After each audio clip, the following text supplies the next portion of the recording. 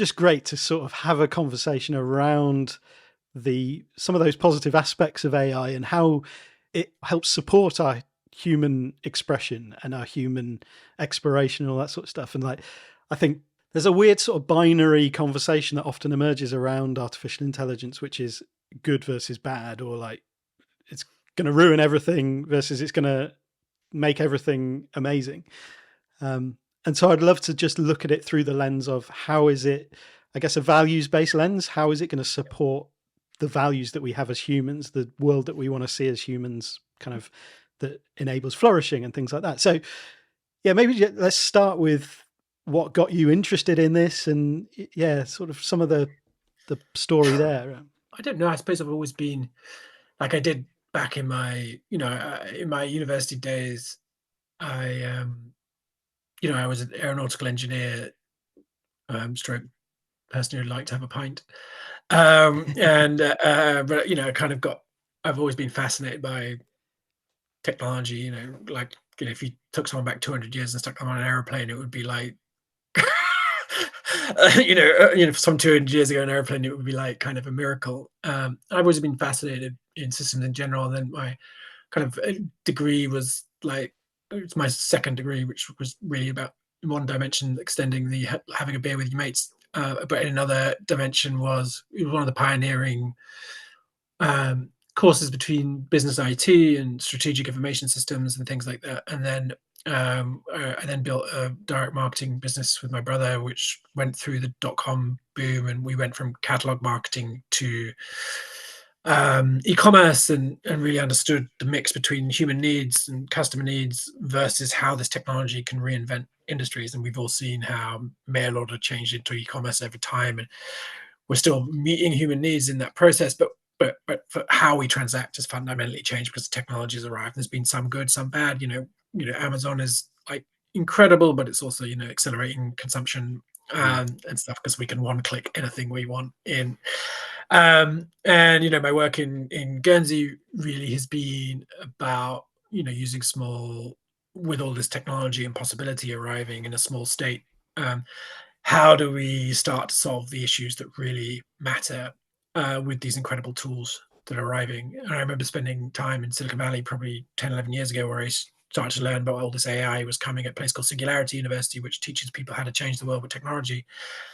I saw all this AI and nanotech and biotech and and computing systems and robotics and all of this thing coming, and then it was like, how do we leverage some of the benefits of this and also mitigate for some of the downsides? And I remember after that course, I walked past the Twitter building in San Francisco, and I realized that they'd raised $1 billion to just like deliver food to that building 15 minutes faster. And meanwhile, outside there were a load of homeless people and people kind of shooting up heroin and fentanyl, and I kind of realized that we have all of this possibility arriving, but how do we actually make a difference? And so, Suno AI that we were just sharing and doing, it'd be good to do a kind of song intro for me from Suno AI, like just to celebrate. Definitely.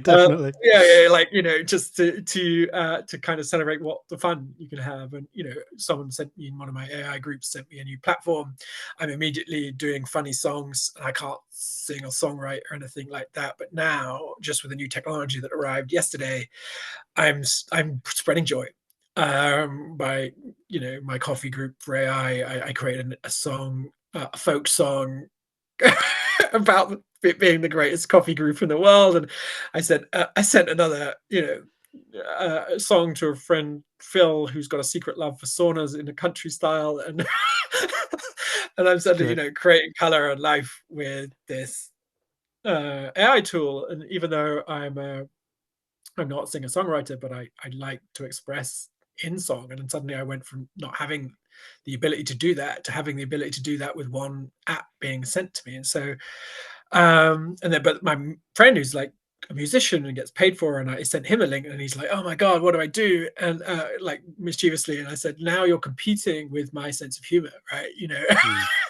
And so, in many ways, it will get more competitive but much more diverse, as it enables more and more people to express themselves. And I suppose we've seen that with digital music in general, and we've seen that across things. So for someone like me who's an activist, and someone trying to create more beauty in the world, and someone trying to move the dial on, my daughter's autistic, and I want to and I see my kids now able to create with AI and express themselves, and say, they were creating like they were doing, just my two kids were doing like a rap battle with generative AI images.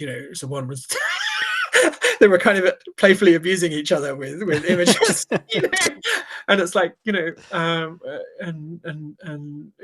they wouldn't have been able to express themselves in that way. So they were consuming YouTube rather than creating with AI. And I think, in terms of the path and we live in a consumer society, and creation is still in the minority versus consumption. And I think what these tools are doing is supporting human thriving from moving the world from consumption to creation. And one of the things about democratizing the power to create, like creating music or creating imagery, is that you mean the whole world can participate in creation, rather than just the few who spent the 10,000 hours being able to twang a guitar well, or and so that's, and I get that, there's the story of the suffering artist and all of that kind of stuff, and you've almost got to birch yourself into into being good. And I'm like, well, joy is simpler than that, in the same way, like, now there's all these businesses that have that you can send food that's half prepared for you to make a meal, right?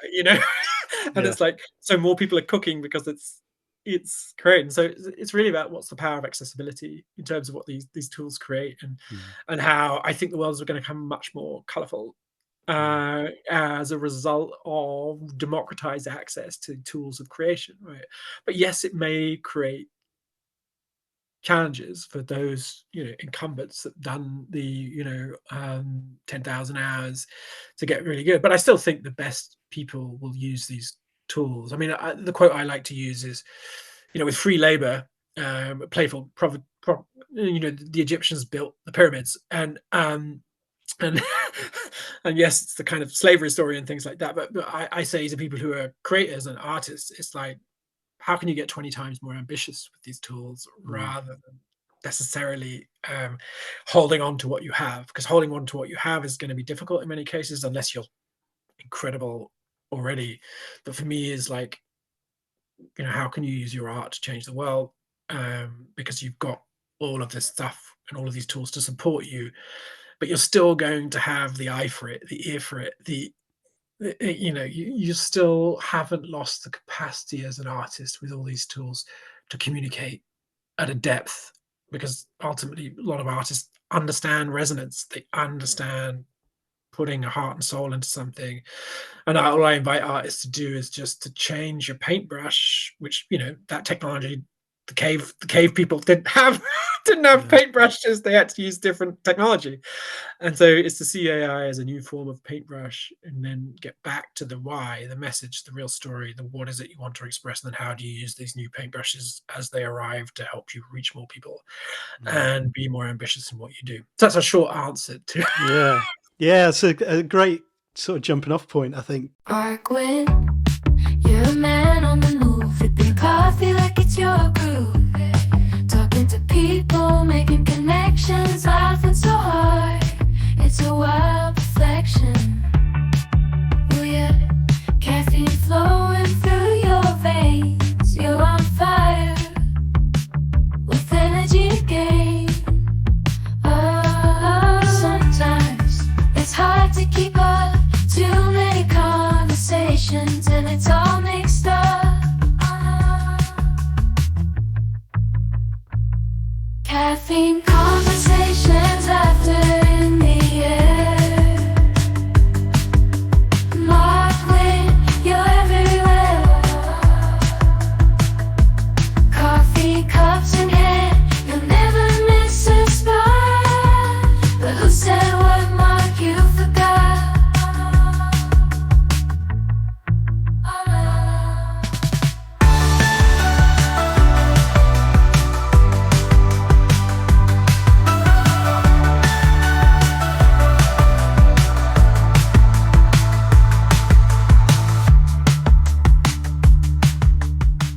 you've articulated a lot of the concerns that people have, and especially sort of in the creative world where, it's you're sort of seeing AI coming in and taking over, or like taking the place of the artist. And I really like that perspective that you have on the democratization of things, and the way that it can help people who might not otherwise be able to express what they're thinking or feeling, and it sort of really assists that. And like that link to, I guess it's like HelloFresh and those sorts of companies that send things for you to prepare, but you get the instructions, you get the ingredients, and it can actually take you in deeper into something, or give you that starting point into something that is going to open up a whole new way of holding the world and seeing the world. And like, actually you might then realize, oh, I've got the confidence to cook a meal.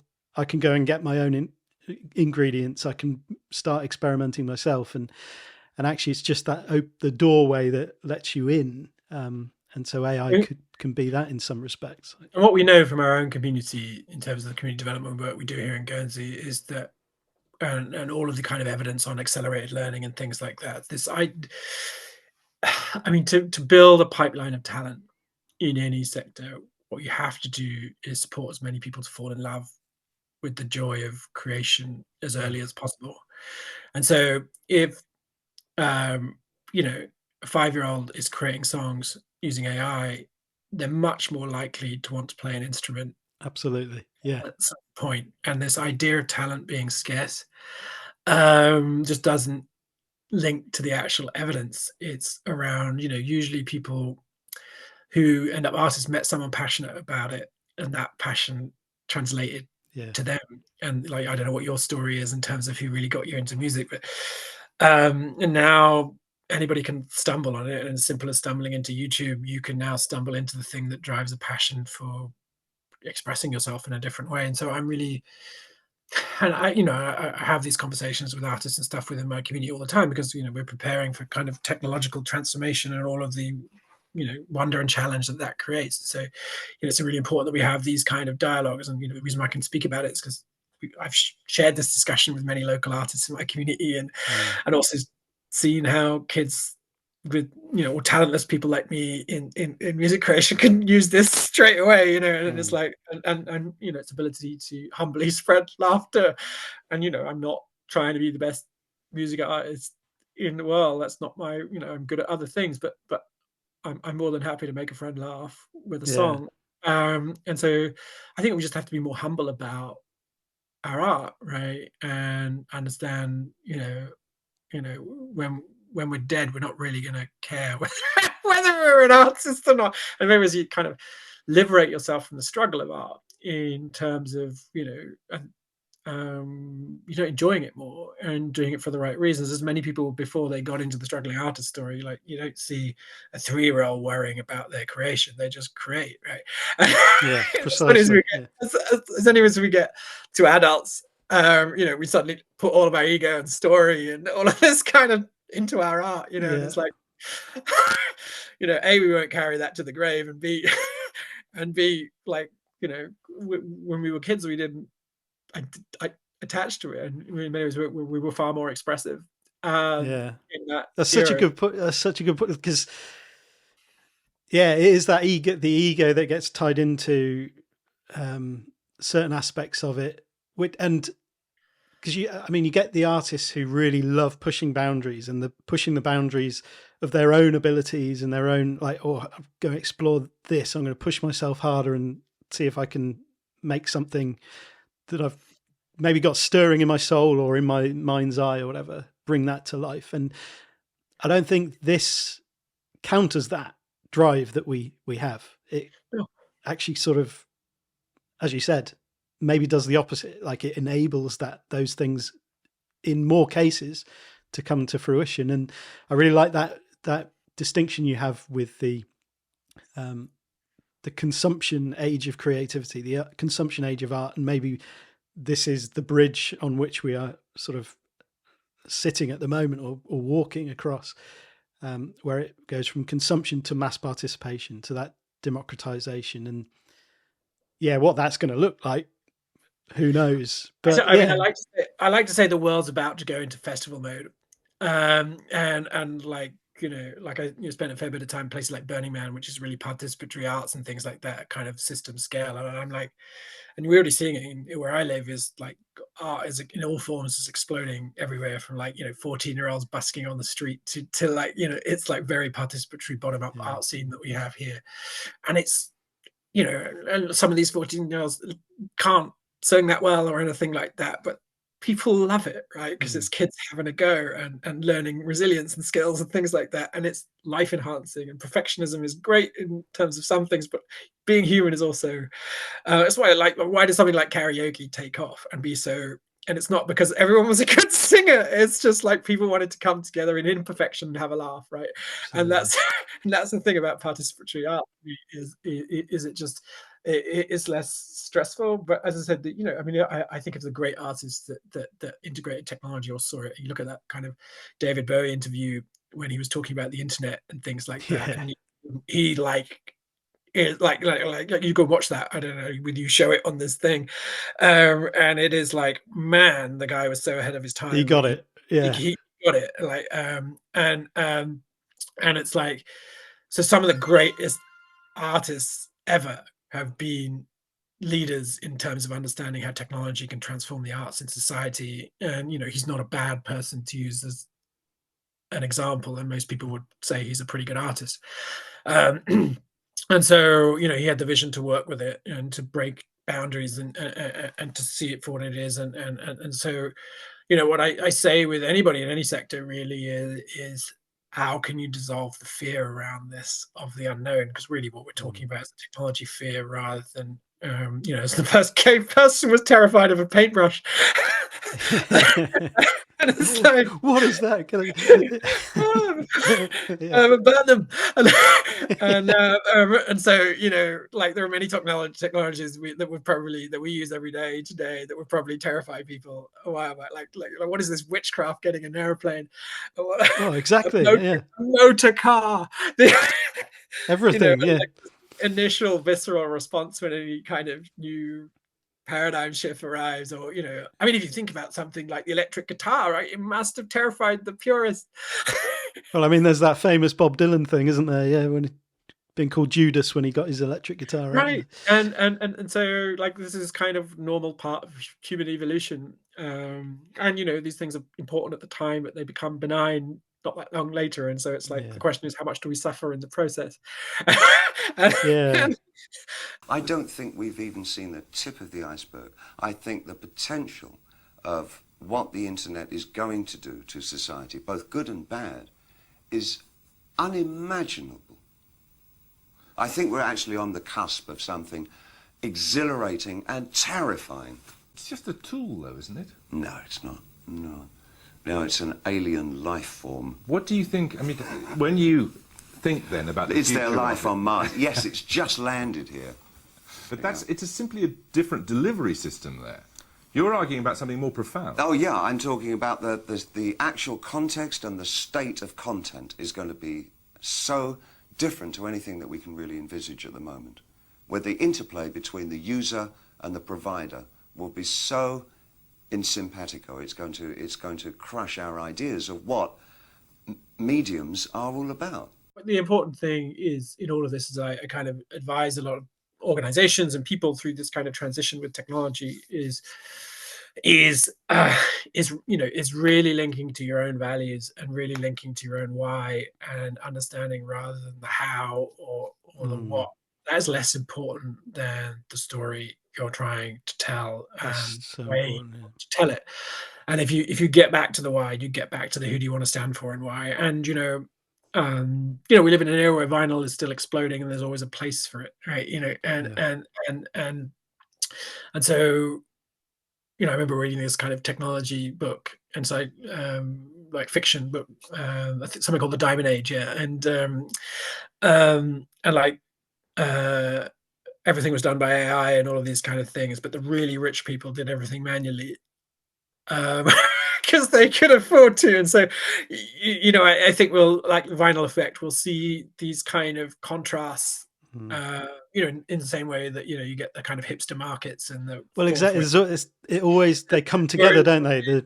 in the middle is where is the kind that suffered, but the beauty in the extremes is, so like we're making these things available to everyone, and that's great. The fact that a motor car is available to most people, and the fact that we all have running water and electricity and things like that, I think is a good thing. But it doesn't exclude that some people want to pay a load of money to live off grid for a week. It doesn't exclude the fact that some people want to do things manually or do things by vinyl, which makes no rational sense, right? But it connects with the heart and soul, right? And so I think there'll always be a place for vinyl and for art in its most wondrous manual form. I remember this. I remember this camp at Burning Man, an art camp, and I think it was called something like the Ministry of Bureaucratic Affairs, right? And it was this art camp where you just literally, it was a load of desks that were far apart, getting people to fill in and stamp random forms and kind of move back and forward just in an endless circle of bureaucracy. Oh wow! And it was like, that talks to me about the future. That makes no sense rationally. But as an art, because you would want to automate every bit of bureaucracy possible, but in that context, in Burning Man as an art installation, to kind of remind us how far we've come in many ways, that's powerful, right? And so there's a place for the Ministry of Bureaucratic Affairs, which is the opposite edge to let's automate and do good government. Yeah. You know what I mean? Well, I think that when you say that, sort of that question of why as well is so pertinent in many respects, because thinking about the vinyl, the resurgence of vinyl and the surge of vinyl, it's the same with like coffee making. So the access to really easy to use, more or less industrial quality machines at home has also come hand in hand with people going old school, like measuring getting very into the nitty gritty details of making a cup of coffee. Exactly. And so there's something in us that just likes that. And maybe there is the question of why, when it comes to, okay, rationally, you want to do everything more productively, efficiently, and all that kind of stuff. But is there something in the human that knows that? Why is that? What's that for? What's the other side of the efficiency and the productivity? And I think you come back again to that festival thing and the human connection and all of that. It's like, that is really the meaning at the heart of human life. Yeah, I mean, like, what does it mean to be human, and what does it mean to be alive, right? And I think, what I love about this era is that it really forces us to really ask questions of, if we, in an era where we can automate everything, and make it as easy as we want, the question is, what's left, right? And then that becomes, we have to know ourselves pretty well to understand what makes us thrive. And if you want to be obsessed about coffee or vinyl, the important thing is to do it for you and and to move yourself and your own thing, and move people around you, and to be in the space of gift, and to be in, to see your creation as generosity, and my little prompted AI song to friends yesterday was just a gift of making someone laugh. And I like to make people laugh. I'm a clown, and that's my and I'll use anything at my disposal to do that. And so, I would like art to be less of a struggle, even though there's power in it. I would like the world to be more effortlessly beautiful, even though, as the Japanese would create beauty with struggle. And so, I just think it's a great time in many ways to be alive for creators.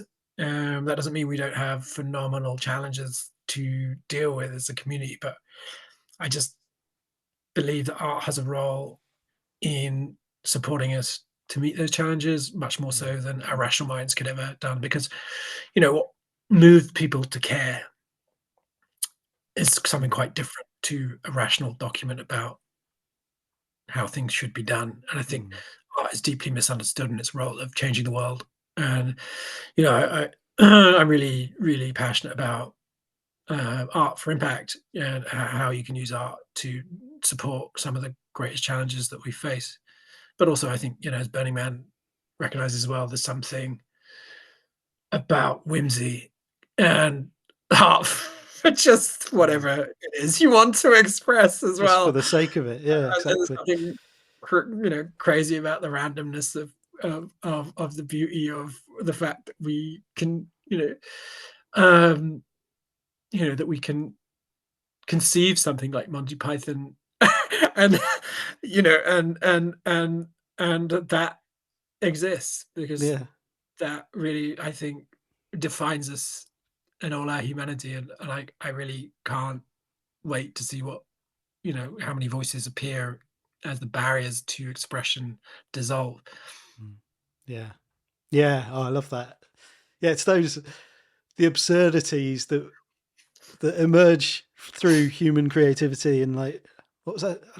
Listening to a song last week, because I listened to when I coach people, I like to let them to like bring a song to open a coaching session, Nice. so that we can sort of just land together and listen to something that's meaningful to them. And what was it? Is it Moldy Old Dough? Is that the name of a song? I don't know. Have you come across that? Is it Moldy Old Dough? I know it's from the 70s. It's a song by Lieutenant Pigeon.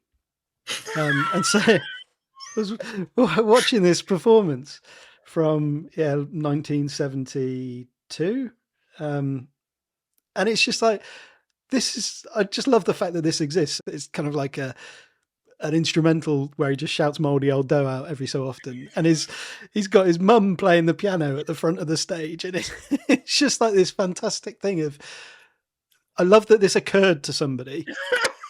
And I love that they saw it through and it became something. And like, that to me is just at the heart of what it means to be human, is to have those funny old things. And I think these kind of things are real kind of playful rage against the machine. It's like what I love about whimsy and absurdity is that it kind of challenges the joy killers that want everything to make sense, Yeah. and that, there's nothing more enjoyable than something not making any sense, Yeah. and doing it because it doesn't make any sense, and it, driving the people who want to create order in the world. Yeah. To see the look on their faces. and when you're in those kind of environments, then there's just something rich about what kind of dialogue and creation, and then that we're having the right conversations about what it means to be human in that context. And I think, in an era of automation, we could really use those conversations. And if you look at something like climate change, it's a consumption problem, and in many ways the antidote to consumption for me is creation. And so I like the idea of creating our way out of climate change, and just enjoying ourselves more, and moving life towards what really matters. And these things are relatively simple. Yeah. I love that. Yeah. And so, I mean, how do you, so when you're working with people and you're investigating that question of the why rather than the what of AI, because I'm very aware, I've seen a lot of things that are kind of marketing themselves as helping people understand AI and use AI in their businesses or in their marketing, those kinds of things. They're often sold with a scarcity message attached to it somehow. So like, all your competition's using this. If you're not, then you're missing out, or you're going to be left behind, and all of this sort of stuff. And so then it becomes a question of the what rather than the why, because it's like you focus on the tool, or you focus on the strategy, the tactic, without knowing how it's actually going to assist you. What is it that, how do you start that conversation? I don't know, it's probably a big thing, but like, when you're working with people, how do you sort of get out of that scarcity or that fear mind and into the why and the possibility? So, I mean, in terms of like business design, let's say, I think I originally started coaching and mentoring entrepreneurs after my kind of entrepreneurship era in my life, I started giving back and supporting other entrepreneurs. I burnt out a couple of times building as an entrepreneur, and the reason why I burnt out is because I built a business in other people's image rather than my own. And I'm quite famous for this kind of Venn diagram on Ikigai that's spread around the world, and the point is, the point I try to get across to other entrepreneurs, even if you are successful, right, or you succeed, if you don't succeed in your own image, you'll never feel it. And so the issue is, like, you can follow what other people want to do and what you should do and all of these kind of things, but ultimately you'll never feel it if you didn't create your own painting in some way, like, if unless it was true to who you are. And like for me, it's true to who I am, making things easy and using technology and creating all of this kind of stuff. Yeah, and so I've just been handed a message on high from and something's coming in. Oh, no, it was like kind of nobody expects the the Spanish Inquisition or something.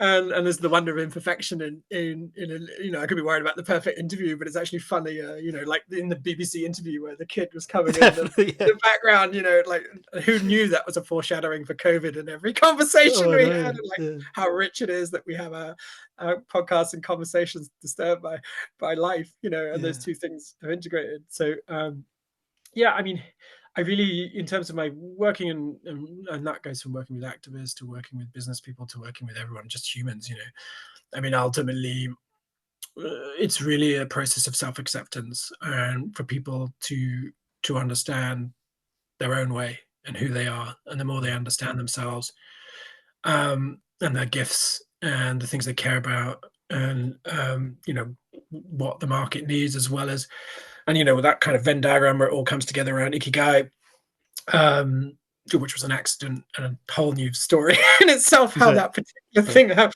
go to my website and things like that and listen to the story of how the Ikigai Venn diagram went around the world, and it was only 45 minutes of my life and an accident and an accidental cultural appropriation as well, on a personal blog. Like, it's really about learning to be in dialogue with your soul, and to imperfectly learn and fail, and over a lifetime gradually kind of get deeper into that conversation and discover who you are through a process of screwing up and trying again, and learning to listen to the wisdom inside and say that felt right, that didn't feel right, and then just using that as a navigation tool and being less into the stories of should do this, should do that, and spending time with people who care about you and what you stand for. And which is kind of why I wrote the book on having coffee, which is really about finding your tribe and connecting with people. So who are the kind of vinyl people, or who are the and how do you use your art as a form of finding the people you connect with, right? And humor is probably one of my art forms. And I remember a mentor of mine saying that humor can be a wall or a window, and I think art for many people can be the same. And it's like, how do you use your art to be a window rather than a wall? And that is what brings life and connection and richness to you. And so the more you create the window, the more you can create those 1,000 true fans or whatever that you need to make any kind of successful career in the art work. But it requires vulnerability and expression. But it's my good friend AJ Leon is a great kind of artist and stuff. He said, living some other dude's life is, it's I'm probably butchering his phrase, but your life is your art, and you better create as you rather than someone else. Yeah, absolutely. Yeah. Because I think humor honestly is such an important part of all of this, and like even just having this conversation and getting that sense of how you I don't know, it's probably holding yourself lightly and with a humorous touch, Yeah. so that you can hold these ideas and things seriously. You can sort of, I often think of humor as a shock absorber. It allows us to sort of flex with things that are otherwise really, really heavy and can be almost too much at times. But yeah, so that idea of humor being a wall or a window. What's the wall of humor? Yeah, but love to hear more about that. Well, you only have to look at someone like Robin Williams, or who ended up taking his own life, but everybody loved and but he was suffering Okay, inside. yeah. Mm-hmm. You know what I mean? And so, he was meeting everybody else's needs with his art, but clearly So it's a not. wall that you put up to the world to Right. stop it from Yeah. connecting. Yeah. Feeling the pain, and hiding Uh-huh. from it. So, the story of the struggling artist, there's usually a wall there, and in some ways, whereas, the way kids express as a window, it's quite different. And so, typically my work with people is to help them open up and open their heart to the world and transmute with humor and lightness some of that pain into richness. And it's you need the light to transmute the dark, right? And it's incredible at this. I kind of I'll go into the dark places with people and we'll have a laugh about it, right? And like they did in the war, this thing called Dunkirk spirit, that people talk about, is how do you process trauma? And so there must be something in an evolutionary story that uses humor to help kind of transmute pain. And so, awe can do that, wonder can do that, whimsy can do that. I just have my own brand because I don't know how to be anyone else. And, Yeah, precisely. but so, that works for me, but it might be, something else will work for someone else. The important thing is everybody has a gift. And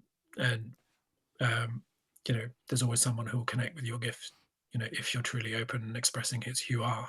But it can take a lifetime to find out who you are. Like, if I think about who I was as a teenager or someone in their 20s, like, I thought I knew it all, but Many of us did. Yeah. I've learned so much about life, even in the last 5 years, and I'm sure I'll be saying in 20 years' time that punk 20 years ago knew nothing.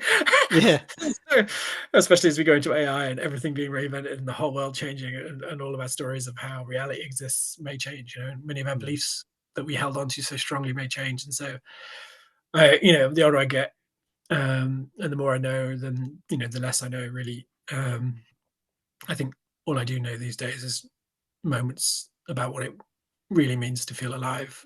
And even though I thought I felt alive at times earlier in my life, I had no idea how rich moments could be. And that's part of the journey of getting older and wiser, I think. Yeah. Yeah, and I think that's so true. It's that the older you get, or the more you know, the less you realize you know, and actually it's the way that you hold what you know and what you think is true at the moment, and like you learn that, oh no, things do change. I look back sort of 10 years, and it can be that something is true for a certain period of time as well, but like the willingness to hold that lightly and realize, no, actually reality fundamentally changes in the way that the sort of values that we need, or the beliefs that we need to sort of, I guess, harvest, let go of, pick up, and all that kind of stuff is really important. And I think that humor piece is a huge part of that. And just when you're talking about kids having that art, like they just can pick up a paintbrush, they can express themselves, and it just happens. It's the same with belly laugh. It's the same with laughter. Like you not can't help but laughing. laugh at what you find funny. Yeah. I mean, one of the questions I often ask people is, when was the last time you belly laughed, right? And like many of us could say years since we laughed so hard it hurt. And then you watch a kid just have an absolute ball. Yeah. That's how they laugh, right? Yeah. And the question is, but then again, if you look at like the Book of Joy, the Dalai Lama and that came together, and they're like kids, and it's almost like we return to the beginning as we kind of learn about life, and somehow we get lost along the way. Exactly. And I think art has a role in returning us. And yeah, I'm for a kind of whimsical, joyous, expressive, childlike form of art. Um, and there's room for all sorts, but that's the kind of brand I'm into. And I'm, I think my gift is that I never really left the 5-year-old. Yeah. And I'm not a purist in any shape or form, but I love to be joyful, and I'm not joyful every moment of the day. And or like you see me with my kids and stressed and things like that, you'll see this kind of grumpy, Yeah, of course, of grumpy course. Yeah. parent side and things like that. And so it's I'm by no means got all of the answers. My life could be a shit show like anyone else's. And but when I remember what it means to be alive, then I'm returning to the big kid I used to be.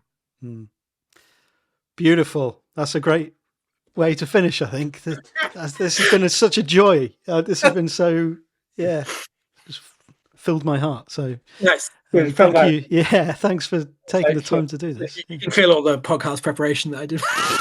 Yeah.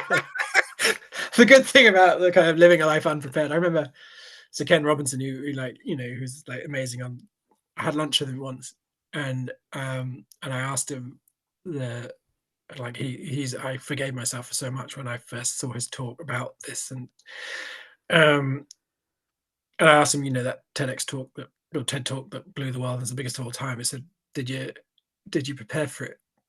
And he went, no, it was a freestyle. No way.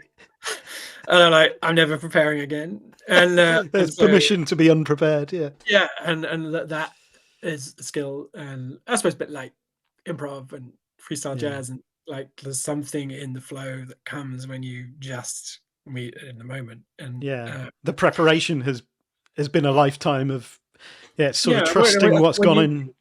when you live with your values and you in your why, Yeah, you don't need it. it just flows. You're willing to be seen as imperfect, then Yeah. I used to mentor a lot of speakers on our TEDx stages and things like that, and say, look, if you want to do the perfect talk, go somewhere else. I want you to change one person's life, and you've got much more chance of doing that if you make a mistake. And but again, we grew up in a school where you get love for getting an A, and rather than love for having a go. Yeah. And Exactly. so, there's a bit of unwinding that needs to do. So many for the right reasons, we got a little lost. little contradictions there. Yeah. I was on a call this morning and someone used this phrase, you make a difference by being different.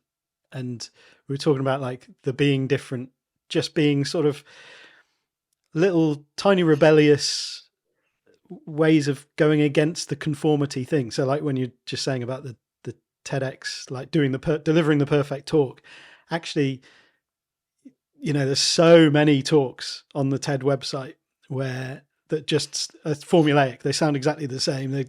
All of the structure of it is the same thing, but then you get the ones that really stand out, which are going to go against the and it's things. about this resonance, and I probably challenge that phrase slightly, because contrarianism is someone who's but they're like, contrarianism can be a wall or a window. It's the same thing, isn't it? Yeah. No, believe me. Totally. I used it to separate myself from the world because I was in pain, and I've now learned, and so I would say probably different. I'd probably use the word true. Mm-hmm. It's the resonant and authentic, isn't it? It's because it's when you're doing it in a contrived sense, because again, that's the be different, but it's contrived. It's like, that's not you doing that. That's you putting on a performance or putting that, the wall up. Yeah. And so, I love the fact that I'm contrarian, but I'm doing it for a very different reason today than I was doing it when I was, a kid who was lost and couldn't make sense of the world, right? And so, as I've come to peace with many things over the years, then yeah, the window's open. Yeah. I love that image. I'm going to be taking that with me, the wall or the window. Yeah. Yeah, not mine. I said most Yeah. things I've stolen. Well, that's everything is, isn't it? Yeah, like there's no, we always stand on the shoulder of giants, and Absolutely. and there are moments that move people, and we're all in this kind of collective consciousness of, and I don't think we own anything really, through the lens of a collective consciousness. We're all one, and I like to create openly from that humility that I've not really got any new ideas. I'm just joining dots, which of other people's ideas or my experiences that without everyone else I'd be nothing. And yeah, I love that. Same here. Steal like an artist, but also, don't hoard. Don't believe that. This look at my website. It says like open source.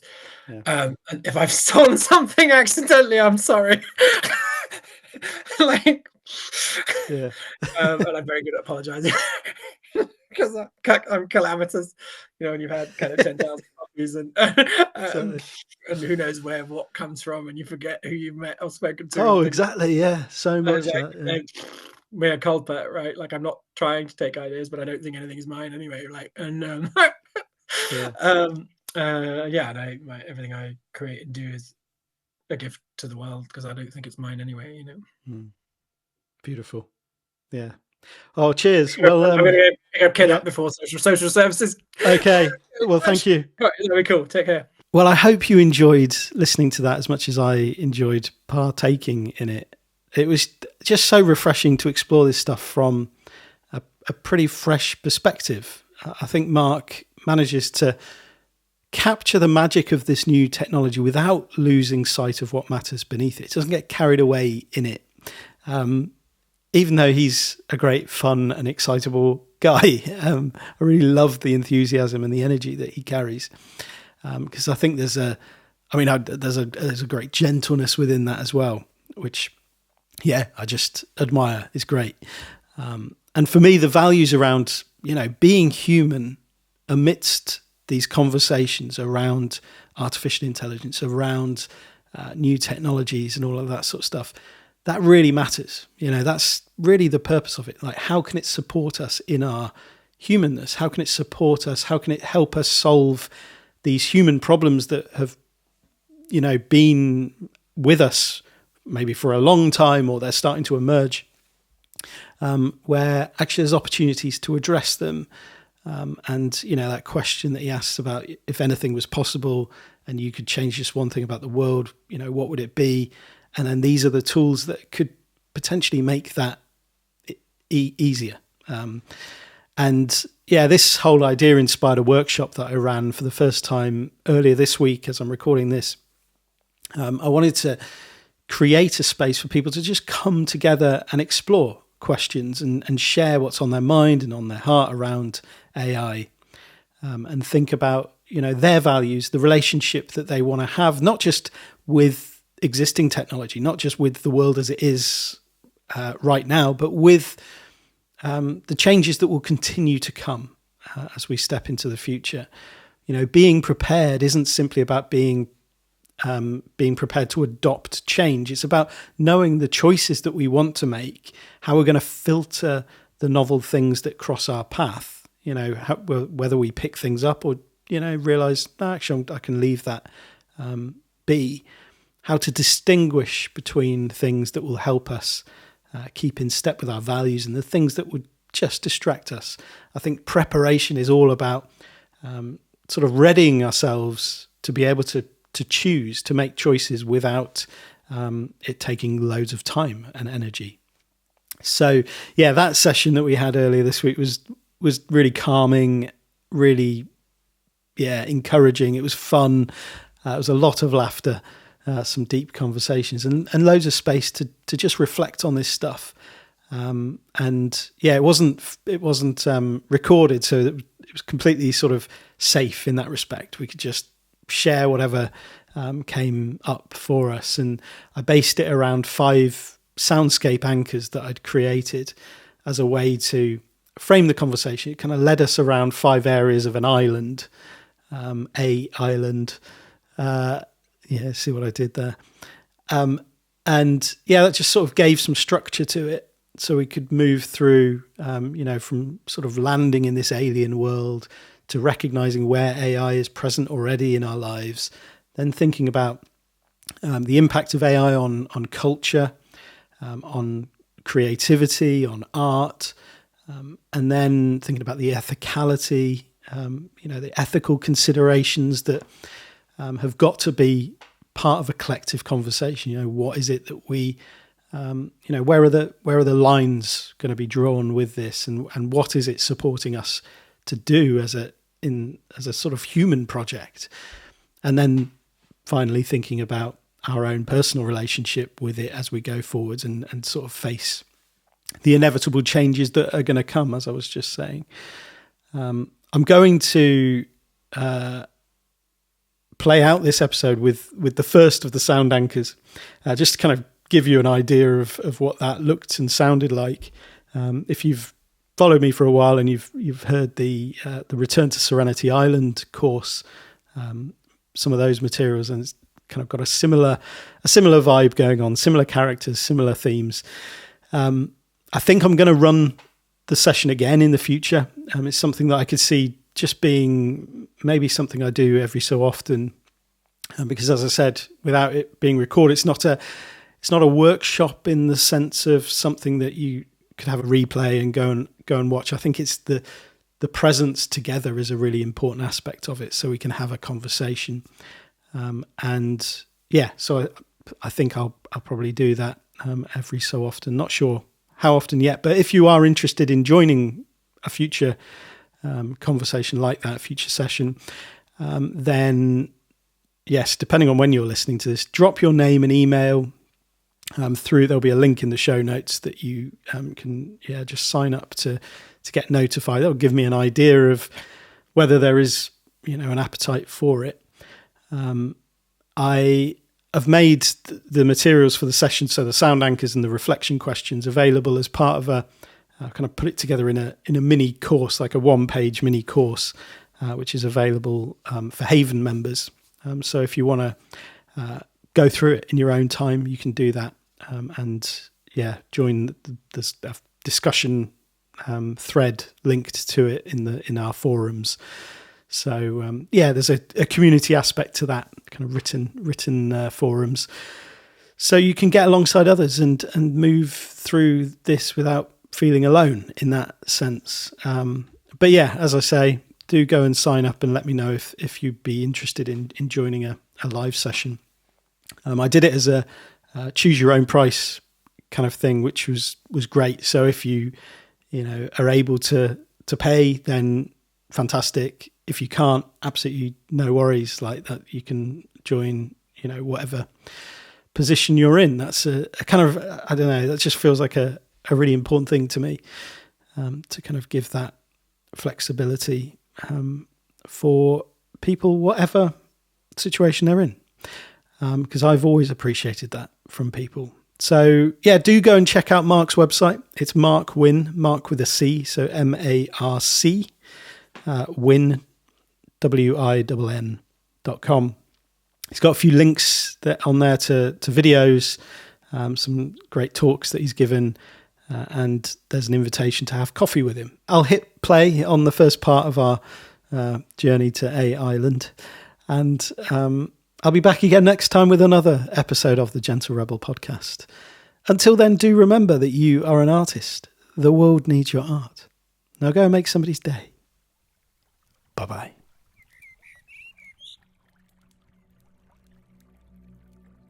Hello? Hello? You're here. You begin to stir as the voice becomes clearer. Where's here, you ask? A island. Okay, you reply. I don't remember wanting to come here. I don't know where you started or where you've been, the voice replies. All I know is that you are here on the island, and I want to make sure you're okay. You pause. It's a lot to take in. I'm the harbour master, the figure says. I look after a number of islands around here, welcoming people, showing them around, giving them a sense of what they might expect. This island's been getting busier in recent years. It's a rather volatile and beautiful world. Its landscapes are still growing, and there are great areas of uninhabitable and unexplored terrain that attracts many tourists, researchers, and prospectors. I remember how it was before the humans arrived. I try not to get too nostalgic because obviously that ship has sailed now, so to speak. What I try to do instead is help people see the beauty in it, so they might find ways to partner and collaborate with it, bringing out more beauty in them. There's been a rush, like with all these kinds of things, to be first, to control the narrative, to locate and extract the wealth for personal gain. I've sat on this spot many times, watching boatloads of people arrive here on the island. Many of them can't see beyond their nose, which has them sniffing for gold, rushing, fighting, seeking to appropriate and hoard the rich potential of this island for themselves. But I'm seeing more boats like yours now. They end up here without necessarily meaning to. It's like there's some kind of gravitational pull. People sometimes arrive afraid, confused, overwhelmed. I imagine there are many stories told back home about this place. Those prospectors, those early adopters, colonialists who need everyone to reinforce their take on things.